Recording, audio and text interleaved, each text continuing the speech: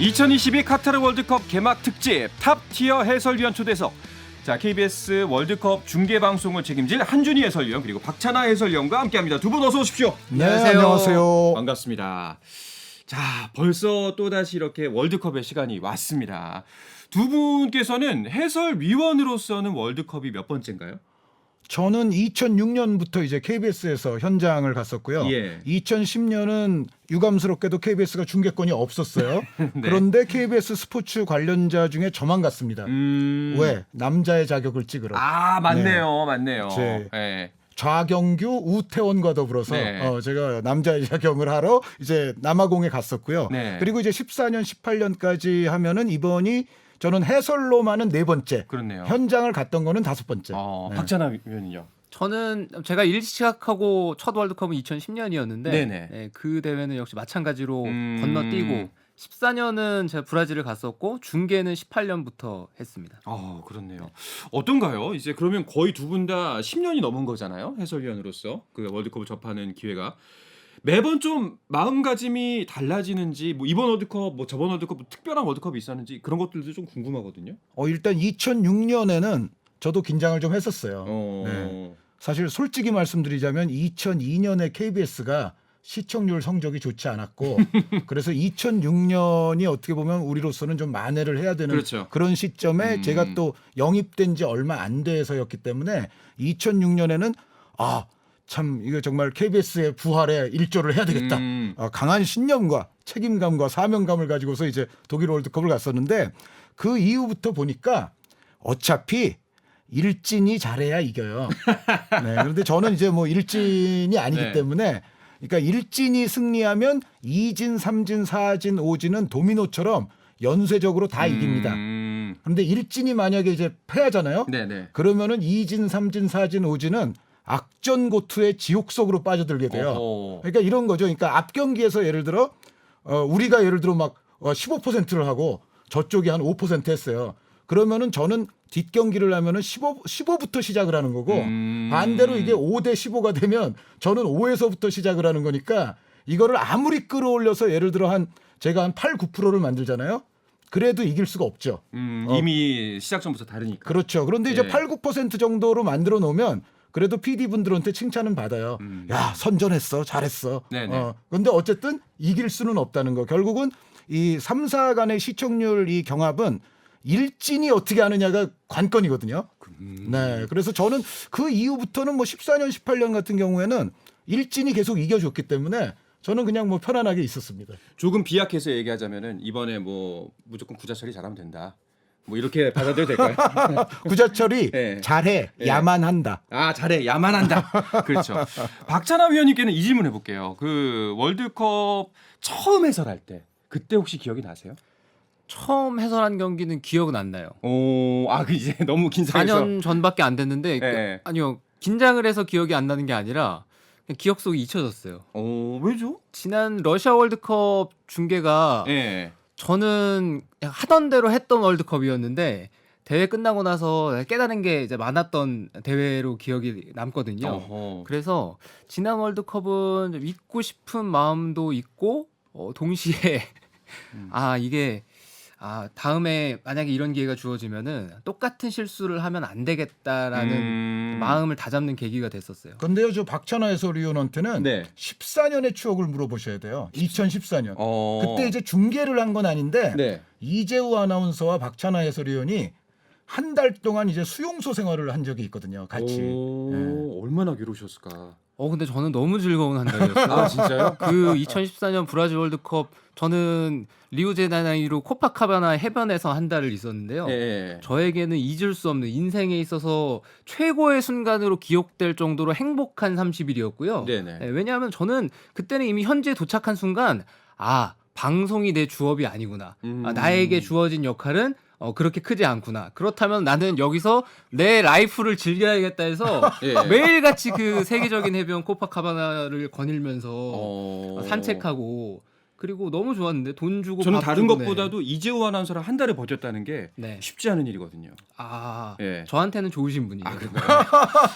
그렇게 접점이 크게 없었던 걸로 알겠습니다. 아니 그게 그러니까 이제 중계 이전에 이른바 프리 분석 쇼를 하잖아요. 그렇죠, 그렇죠. 그리고 이제 월드컵 같은 경우는 이제 중계가 끝나고 나면 또 포스트 어널리시스 쇼를 한단 그렇죠, 말이에요. 그렇죠. 그런데 아마 이번 월드컵은 대부분의 프리쇼, 포스트 쇼가 아마 서울에서 하는 걸로, 여의도에서 하는 걸로 돼 있는데 네. 브라질 월드컵이 특수하게도 KBS가 그 당시 굉장히 비싼 현지 스튜디오를 이제 맞아요. 임대를 네. 해가지고 거기 이제 이재우 아나운서, 뭐 박찬하 위원, 김남일 위원, 뭐 정인영 또 아나운서 등등을 그렇죠, 그렇죠. 포함해서 거기서 이제 이 사람들은 거기다 몰아놓고 한 달 동안 쇼만 하게 하는 거예요.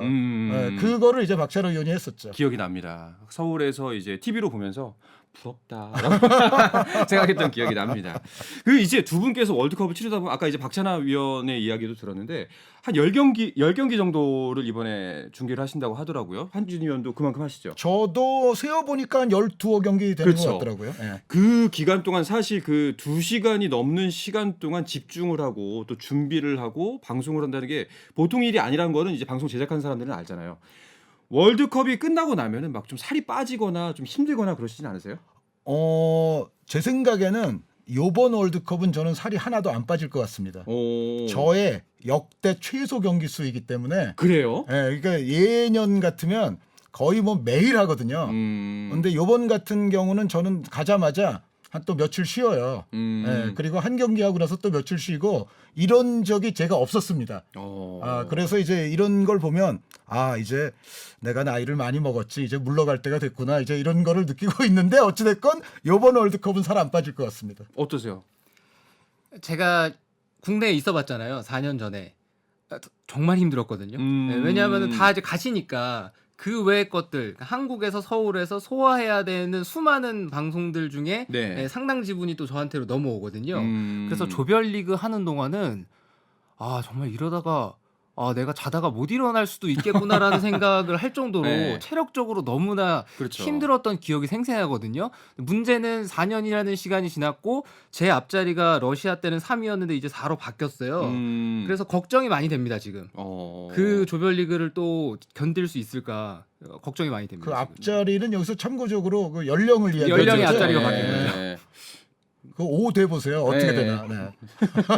괜히 꺼냈다는 생각이 듭니다. 그 얘기는. 예. 자, 이번에 두 분께서는 현지에 가시고 카타르 현지에 가시고 또 이제 KBS 중계진과 해설진에 대해서 궁금해하시는 분들이 많습니다.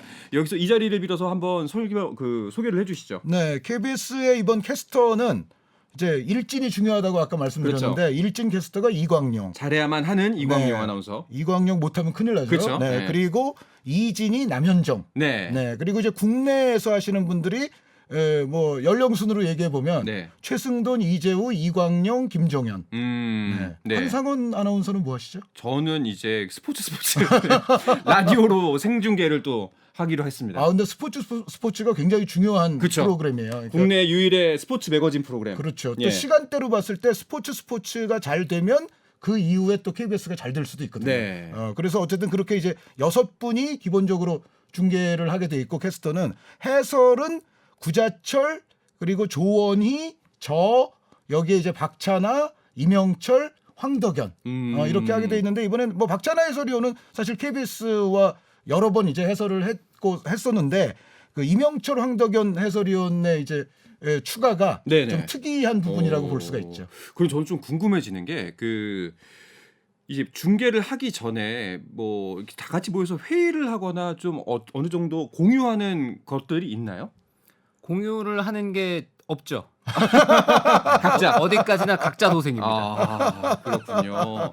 물론 네. 저거는 있어요. 그러니까 이광용, 구자철 일진 조합 있지 않습니까? 네네. 이 일진 조합은 아마 하드 트레이닝을 해왔던 걸로 저는 알고 있습니다. 두 분께서? 저도 연습 많이 한 걸로 알고 있습니다. 네, 둘이서. 게다가 이제 아시다시피 구자철 해설위원이 과거에 이제 찬조 해설 같은 거는 여러 번 했었어요. 네네네. 특히 이제 KBS에서 제가 홍명보 자선축구 이런 거 할 때도 옆에 이제 구자철 위원이 당시에 나와서 찬조도 하고 했었는데 그런데 본격 메이저 대회 해설로는 요번이 데뷔 아닙니까? 그렇죠. 그러니까 구자철 해설위원은 사실은 연습이 좀 필요했단 말이죠. 네네. 그래서 더더욱 이광용, 구자철 조합은 지금까지 굉장히 연습을 많이 한 걸로 저는 알고 있습니다. 그러면 두 분께도 여쭤보고 싶은 게 그 두 분께서 경기를 준비하는 중계를 준비하는 뭐 본인만의 방법 같은 게 혹시 있을까? 이번엔 좀 먼저 대답해 주시죠. 중계를 준비하는 데 있어서는 기존의 경기들을 많이 보면은 준비 과정이 한층 수월해집니다. 아무래도 축구가 연속의 스포츠다 보니까 네네.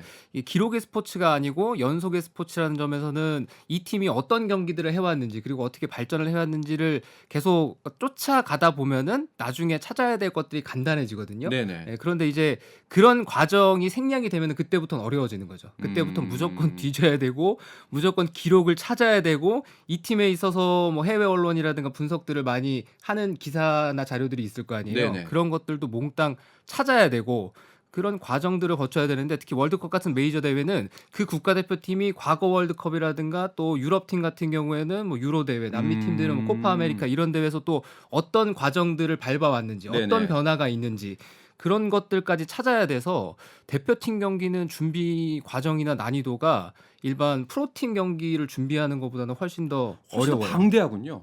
그래서 그렇죠. 그 팀의 전 경기들을 좀 지켜본다. 특별한 건 없는 것 같은데. 특별한 건 없지만 결국은 이제 그 과정이 잘 돼 있는 사람은 좀 편안하게 할 것이요. 그 과정이 제대로 되어 있지 않고 벼락치기로 하게 되면 네. 이거는 뭐 우리 공부해봐서 다 알지만 벼락치기는 그만큼 어렵고 또 하루 지나면 또 다 까먹고 뭐 그런 것도 있잖아요. 네네. 그러니까 이거는 다른 공부와 좀 비슷한 것 같아요. 꾸준히 해왔던 사람이 좀 편하게 할 수 있고 갑자기 좀 너무 머리에 많은 것을 우겨넣게 되면 그렇게 되면 오히려 조금 해설이 비효율적이 될 수도 있죠. 이 질문은 이제 약간 두 분이 갖고 계신 해설 스타일이 다르기 때문에 사실 한준희 위원 같은 경우에는 저걸 언제 다 준비했지 싶을 정도의 방대한 지식이 나오는 해설이 굉장히 많고요. 박찬하 해설위원 같은 경우는 진짜 냉철하게 약간 페브로 찌은 아주 냉철하다. 사실 그 부분이 궁금하거든요. 이 부분을 어떻게 집어냈을까? 이거는 단순히 그 경기를 많이 본다고 해서 뭐 생기는 건 아니잖아요. 아니 근데 제가 박찬하 의원 그 냉철하고 막 아까 시크하다고 말씀해 주셨는데 박찬하 의원이 제 생각에는 박찬하 의원이 사실 재밌어요. 저 친구도. 네네. 그런데 옆에 그 박찬하 의원의 그 재미를 좀 끌어내 줄 수 있는 캐스터가 잘만 좀 이렇게 간지러 주면 박찬하 의원이 매번 그렇게 냉철하고 시크하지 않습니다. 재밌습니다. 이번에 그러면 박찬하 위원의 파트너는 저는 주로 이제 이재우 아나운서랑 진행을 하게 될 텐데 세상에. 근데 제가 이런 일이 세상에. 아이고. 제가 근데 많이 약해요. 그 어떤 방송을 재밌게 하고 이런 거에 있어서 강박이라고 해야 되나? 그런 것도 있고 저는 그 수위 조절이 필요하잖아요. 그 수위 조절을 못 하겠는 거예요. 그러니까 그래서 실수하느니 사고 치느니 그냥 그치, 이제 좀 보수적으로 가게 되는 거죠 스스로. 나는 그냥 내려놓고 가자. 이렇게 평소에 하는 편이어가지고. 이게 여담입니다만 사실 아시는 분은 아시겠지만 이재우 아나운서도 사석에서 훨씬 재밌는 분이거든요. 예. 그래도 KBS에서 이번에 중계하는 캐스터들 가운데에서는 이재우 아나운서가 그래도 재밌지 않나. 그쵸. 그러니까 뭔가 옆에 있는 사람의 재미를 끌어내는 스타일이 있기 때문에 아마 이번에는 박찬하 위원도 좀 재미를 많이 가미하지 않을까. 네네네. 알겠습니다. 근데 그러면 이제 다시 그 질문 다시 이렇게 반대로 돌려서 한준희 위원께 여쭤볼게요. 도대체 그 많은 공부는 언제 하시는 거예요? 저는 이제 6살 때부터 제가 축구를 봤으니까요. 그러니까 말씀드렸던 대로 그러니까 오랜 기간 좀 누적된 것이 아무래도 도움이 되고요. 그리고 이제 또 제가 해설이 2003년 데뷔니까 지금 이제 20년 정도 됐거든요. 네네. 그러니까 아무래도 처음 하시는 분들보다는 노하우 같은 게 좀 있는 거죠. 그러니까 예를 들어 뭐 제가 뭐 나오는 사람 뭐 잘 맞히고 그런다고 하지만 사실은 그것도 어느 정도의 예상과 준비가 되어 있기 때문에 가능하다. 네, 그러니까 제가 예전에 이제 이런 일이 있었어요. 제가 이제 스페인 예전 국왕 얼굴을 잘 아는데 그러니까 그걸 어떻게 하냐는 말이죠, 제 말은. 뭐 그거 알 수 있죠. 그런데 그 국왕 얼굴을 알매도 불구하고 그래도 한 번 더 확인해 보고 가자. 내일 경기에서 올 가능성이 있다라고 생각을 해서 이제 최근 외신 기사 같은 걸 찾아봤는데 그때 이제 어떤 기사가 나왔냐면은 스페인 국왕이 이제 요르단 국왕을 접견하는. 그러니까 요르단 국왕이 방스를 한 겁니다. 스페인을 방문했어요. 예, 방스. 네, 그래서 그 기사를 제가 봤는데 다음 그 주에 경기를 할 때 요르단 국왕하고 같이 온 거예요, 경기장을. 그래서 제가 스페인 국왕뿐 아니라 요르단 국왕까지 맞췄거든요. 예. 그런데 그것은 이제 말씀드렸던 대로 스페인 국왕의 얼굴을 제가 그래도 한 번 더 찾아봤기 때문에 요르단 국왕이 방스했다는 사실을 알 수가 있었고 요르단 국왕의 얼굴까지 볼 수가 있었죠.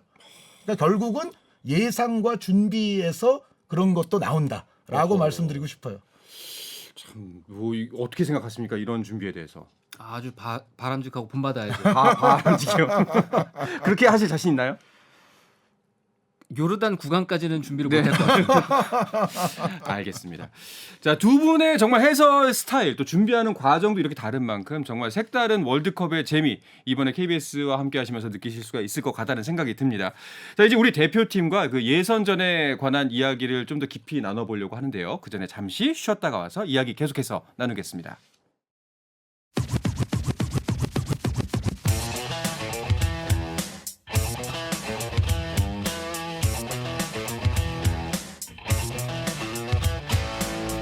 짜릿함이 살아있는 시간 한상원의 스포츠. 네, 2022 카타르 월드컵 개막 특집 탑티어 해설위원 초대석 함께하고 계십니다. KBS 월드컵 중계방송을 책임질 한준희 해설위원 그리고 박찬아 해설위원과 월드컵 이야기 나누고 있습니다. 자, 먼저 우리 팀 이야기부터 좀 간단하게 해볼까요?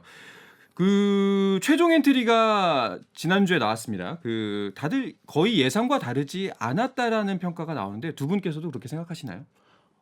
한 명 정도 이제 예를 들어 뭐 기자분들이나 이런 설왕설래가 있었던 네네네. 자리가 엄원상 선수가 뽑히지 않고 송민규 선수가 합류가 됐다는 거 이제 이 부분인 것 같은데 물론 저는 개인적으로는 만약에 저는 사실은 뭐 벤투 감독의 발뒤꿈치에 한 줌의 때도 안 되는 사람이지만 저한테 만약에 뽑으라고 한다면 저는 엄원상 선수를 뽑았을 거는 같아요.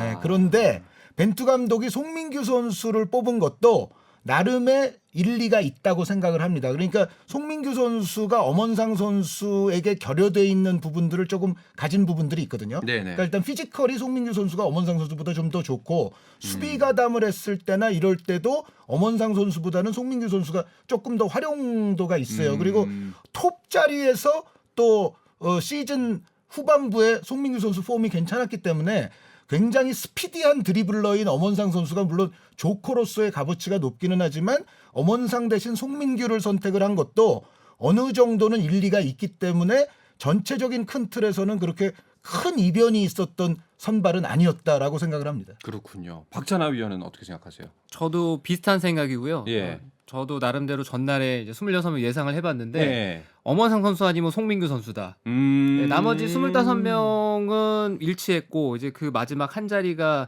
이제 변수였는데 송민규 선수를 발탁을 한 거잖아요. 저는 뭐 점점 이게 시간이 지나면서 감독들의 어떤 선택에는 다 이유가 있고 그러면은 내가 그 감독의 선택을 어떻게 이해하느냐, 어떻게 설명을 해야 되느냐 쪽에 초점을 맞추거든요. 그래서 송민규 선수를 선택한 것도 이유가 있고 우리가 송민규 선수를 또 주전보다는 아마 이제 벤치에서 조커로 쓰거나 이런 상황들이 많을 거라서 그런 부분에서는 좀 비슷한 유형이 많은 엄원상 선수보다는 송민규 선수의 다른 부분이 우리 대표팀에 더 필요했다 이렇게 판단하고 싶습니다. 아마 제 생각에는 이런 부분도 있었을 수 있어요. 그러니까 이거는 제가 그냥 관심법인데요. 지금 우리가 손흥민 선수가 부상으로 인해서 뛰기는 뛰겠지만 과연 얼마나 뛸 것인가 그리고 어떤 컨디션으로 뛸 것인가에 대해서 약간 불투명한 면이 있잖아요. 그리고 황의조 선수가 근자에 계속 골이 없었단 말이죠. 황희찬 선수 같은 경우는 물론 대표팀 오면은 잘하긴 하지만 그럼에도 역시 소속 클럽에서는 또 별반 실적이 없었어요. 요즘 좀 부진했죠. 그런 걸 고려하면 특히 이제 손흥민이라든가 황의조 선수가 완벽한 컨디션이 아니라면 송민규 선수는 사실은 약간 톱으로도 쓸 수가 있거든요. 근데 엄원상 선수는 아무래도 오른쪽 윙어 같은 쪽으로 약간 제약이 걸릴 수 있기 때문에 포지션의 그런 문제를 아마 감안해서라도 송민규 선수를 뽑지 않았을까. 이건 벤투 감독이 기자회견에서 이런 식으로 얘기는 안 했지만 아마도 우리 포워드들이 약간 지금 걱정이 있기 때문에 그럴 바에는 송민규가 낫겠다라는 생각을 했을 수도 있을 것 같아요. 그러니까 두 분의 의견을 종합해 보면은 그 어떤 선택을 하던 충분히 일리 있는 선택이고 그리고 이 송민규를 택한 것도 충분히 이런 면에서 수긍이 간다라고 정리하면 되겠네요. 그렇습니다. 자, 이 질문은 조금 어려울 것 같은데요. 자, 지금 이번에 올해 2022 한국 국가대표팀의 전력 예전 다른 국가대표팀 지난 월드컵 때들에 비해서 이번에 전력 한 몇 퍼센트, 몇 점 정도라고 보면 될까요? 지난 두 번의 월드컵보다는 제가 이 월드컵 개막 전에 엔트리가 발표가 되기 전에 또 손흥민 선수가 부상당하기 이전에 우리 주전 선수들의 부상 이탈자만 없다면 지난 2014년, 2018년 월드컵보다는 16강의 가능성이 훨씬 더 크다.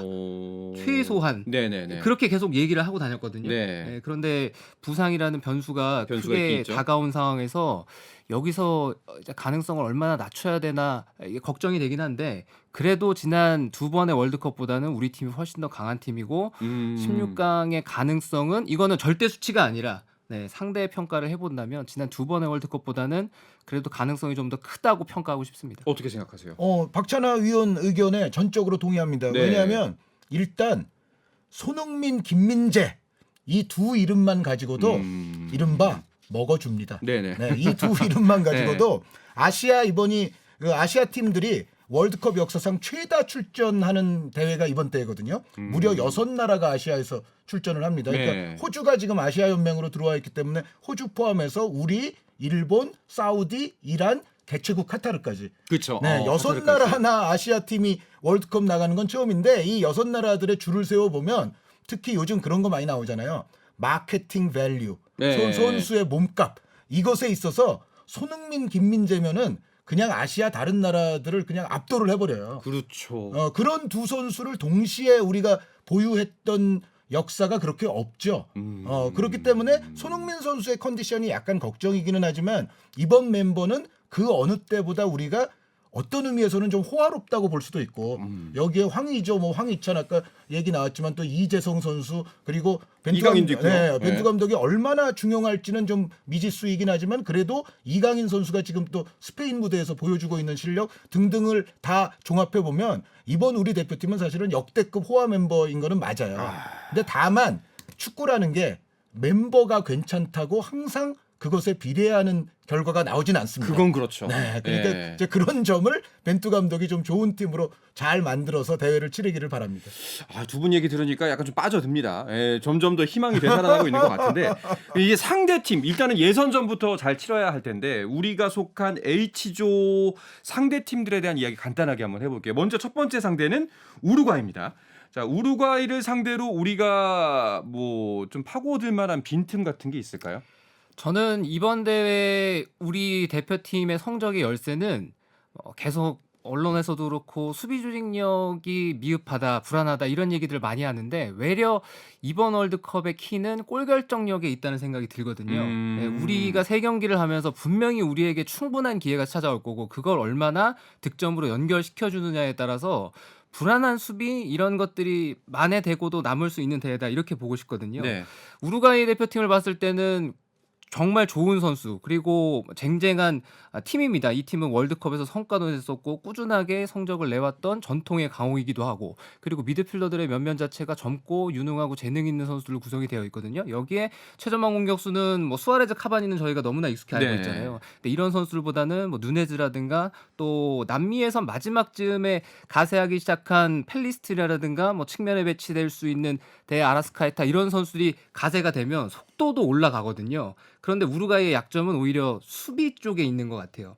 디에고 고딘이라든가 히메네즈 같은 선수가 수비를 지키고 있는데 바르셀로나에서 뛰고 있는 아라우호라는 선수가 첫 경기에 결장할 확률이 좀 현재로서는 커 보입니다. 네, 그런 상황에서는 고딘 선수는 이제 나이가 30대 후반이라 과거 같은 그런 쟁쟁함을 보여줄 수 있느냐 여기에 의문이 있고 히메네즈 선수도 소속팀 아틀레티코 마드리드에서 좋은 시즌을 보내고 있지 않거든요. 그래서 우루과이랑 경기를 할 때 오히려 우루과이가 과거 전통에 잘 지키고 뛰어난 골 결정력으로 뭔가 승부를 걸었다면 이번은 뒤가 좀 헐렁해질 가능성이 있어요.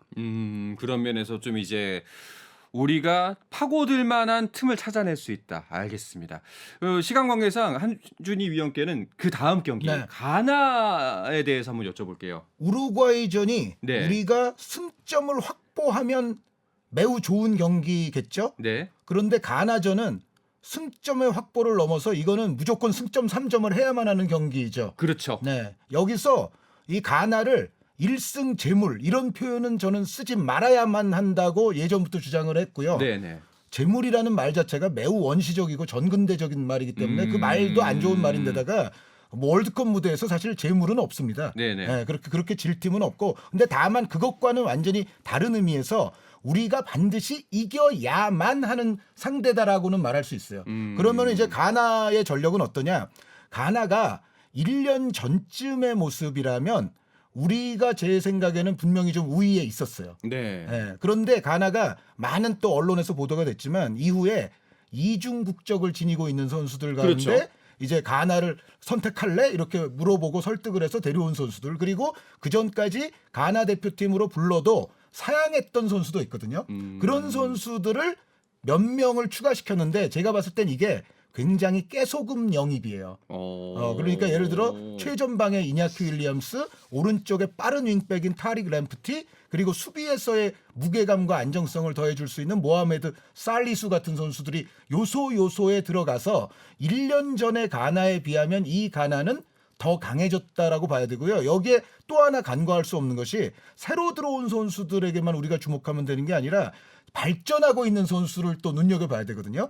아약스에서 모하메드 쿠두스라는 선수가 올 시즌에 상당한 발전을 했어요. 네. 그러니까 우리 이강인 선수가 올 시즌에 잘해서 마침내 뽑혔듯이 이 쿠두스 선수가 꾸준히 이제는 유럽 무대에서 각광받을 수 있는 절정기로 올라서고 있거든요. 그래서 지금의 가나는 제 생각에는 1년 전의 가나보다는 한결 나아요. 다만 그럼에도 우리가 이겨야만 하고 또 이길 수 있는 액면가의 전력은 되는 데다가 이 가나가 말씀드렸던 대로 새로 투입된 선수들이 A매치 이제 한두 경기 치르고 나서 본선에 나서야 되거든요. 조직력의 문제가 있겠네요. 그러니까 네. 원래 뭐 조직 가지고 싸우던 팀은 아니지만 근본적으로는 조직은 잘 맞지 않을 수 있다. 그래서 우리가 결국은 그러한 허술한 부분을 좀 파고들어야 되지 않을까라는 생각입니다. 알겠습니다. 이렇게 두 개의 산을 넘고서 만나게 되는 건 이제 또 포르투갈입니다. 포르투갈은 사실 또 아까 액면가의 전력으로만 봤는데 액면가의 전력만 봐도 사실 좀 주눅드는 게 사실이거든요. 어떻게 생각하십니까? 좋은 선수들이 많이 발탁이 되어 있습니다. 이번 월드컵 명단을 봤을 때는 뽑혀야 될 선수들 많이 뽑았고, 또 산투스 감독이 팀을 오랫동안 지휘하면서 자신의 어떤 실수, 그러니까 이 팀은 연속성이 있다는 장점입니다만 그 한 가지 방법에 매몰이 되면서 예측 가능하고 변화에 두려워하는 팀이었거든요. 그런데 산투스 감독이 플레이오프를 가면서 월드컵에 떨어질 뻔했어요. 네, 그래서 그 월드컵 플레이오프 경기부터 변하기 시작했는데 그 변화에 열쇠를 쥐었던 선수들이 대부분 또 이번 월드컵에 참여를 하고 있습니다. 그런데 최근에 또 네이션스 리그라든가 이런 경기들을 봤을 때는 포르투갈 대표팀이 정말 면면은 화려한데 이 팀도 좋아에는 뭔가 문제가 있거든요. 네, 저희는 물론 포르투갈을 우승 후보로 꼽고 있지만 또 일부 해외 언론에서는 포르투갈을 우승 후보에서 배제하고 있는 이유도 그 경기력이라든가 이런 것들이 영향을 미치는 것 같아요. 그래서 포르투갈을 상대하지만 선수들의 액면가, 뭐 소속팀 면면 이런 것에 주눅들지 말고 우리가 우리 경기 하면은 포르투갈전도 우리는 잘 싸울 거라고 생각합니다. 그 포르투갈전에 열쇠를 쥐고 있는 중요한 선수는 역시 우리 입장에서도 호날두 선수인 것 같아요. 그렇죠. 네, 그러니까 호날두 선수가 지금 다들 아시다시피 소속 클럽에서도 이제 막 못 뛰는 경기가 많고 뭐 지금 감독하고도 싸우고 있고 그 소식 들었을 때 얼마나 기쁘던지.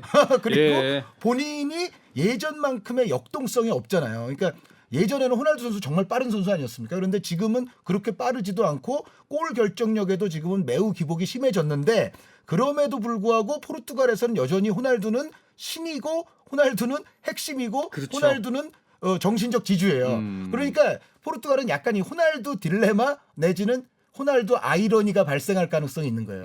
그러니까 호날두를 여전히 중심으로 놓고 많은 후배들이 그쪽으로 이제 볼을 몰아주는데 정작 호날두는 예전 같은 결정력이 아니거든요. 그렇죠. 예. 확실히 노쇠하고 있죠. 그렇죠. 예. 그러니까 이 부분도 우리에게 도움이 될 건지 안 될 건지 아마 흥미롭게 좀 지켜보시면 좋을 것 같습니다. 알겠습니다. 자, 두 분의 이야기를 들으니까 뭐 걱정되는 지점도 있지만 확실히 이제 우리가 이런 부분들을 잘 노리고 파고 들어야겠다라는 생각이 듭니다. 마지막으로 결국 사실 우리가 축구를 좋아하는 이유 재밌고 즐겁기 때문이지 않습니까? 시청자 여러분들이 축구 볼 때 자 이런 점에서 좀 집중해서 보시면 정말 즐겁게 보실 수 있을 겁니다. 라는 간단한 팁 같은 거 하나씩 주시죠. 이번 대회는 뭐 언론에서 지금 많이 다루고 있죠. 이른바 메날두의 라스트 댄스다. 뭐 이렇게 언론에서 많이 다루고 있는데 리오넬 메시와 크리스티아노 호날두 정말 축구 아주 장구한 역사, 긴 역사에서도 굵게 기록될 이름들이거든요. 그렇죠. 이 선수들의 사실상 마지막 월드컵임과 동시에 여기에 이 선수들만 있는 게 아니라 카림 벤제마, 로베르트 레반도프스키, 우리와 상대하게 될 루이스 수아레스, 에딘손 카바니, 그리고 여기에 또 가세할 선수들이 뭐 가레스 베일, 네이마르, 버질 반다이크, 에덴 아자르, 앙투안 그리스만, 이러한 선수들이 어떻게 보면 뭐 루카 모드리치 선수도 있네요. 이 선수들이 아마 처음이자 마지막으로 모두 운집해서 자웅을 겨루는 대회가 이번 대회예요. 그러니까 이 선수들의 연령으로 대충 보면 한 85년생부터 한 92년생 사이, 이 사이에 있는 거장의 거의 한 98% 이상이 이번 월드컵 본선에 모입니다. 그렇군요. 물론 여기서 이제 이집트의 살라 같은 선수에게는 좀 안타깝기는 합니다만 대부분의 거장들이 이번 대회를 어떻게 보면 거의 마지막 이제 혈투의 장으로 삼을 것이다. 네, 그것을 아마 주목해 보시면 굉장히 재밌게 보실 수 있지 않나 싶습니다. 알겠습니다. 어떤 팁을 주시겠어요? 이번 월드컵은 교체가 5명의 교체 선수가 진행되는 대회이기 때문에 그 부분도 좀 지켜보시면 재밌을 것 같고요. 그리고 유럽 리그 기준으로 해서 좀 월드컵 개막 한 주 전까지 막 경기를 치르고 선수들이 상당히 필요한 상태에서 그렇죠. 월드컵에 합류가 되어 있거든요. 이런 선수들이 과연 과거 같은 좋은 체력, 좋은 컨디션으로 경기를 임할 수 있을까? 여기에 더하면 골을 많이 넣는 팀, 공격력이 우수한 팀, 다양한 공격진을 구성한 팀이 결국에는 이번에 좋은 성적을 낼 거다. 네. 러시아 월드컵보다는 오픈 플레이 상황에서 골들이 많이 나올 거니까 그런 부분에 있어서는 좀 재밌는 대회가 되지 않을까 예상하고 있습니다. 네, 알겠습니다. 이런 부분들 좀 주목해서 보신다면 더욱더 이번 월드컵 훨씬 더 즐겁게 즐기실 수 있을 것 같습니다. 자, 2022 카타르 월드컵 개막 특집 탑티어 해설위원 초대석 KBS의 한준희 해설위원, 박찬하 해설위원 두 분과 함께했습니다. 두 분 오늘 함께해 주셔서 너무 고맙고요. 카타르에서 멋진 활약 기대하겠습니다. 감사합니다. 네, 오늘 계세요. 고맙습니다. 네.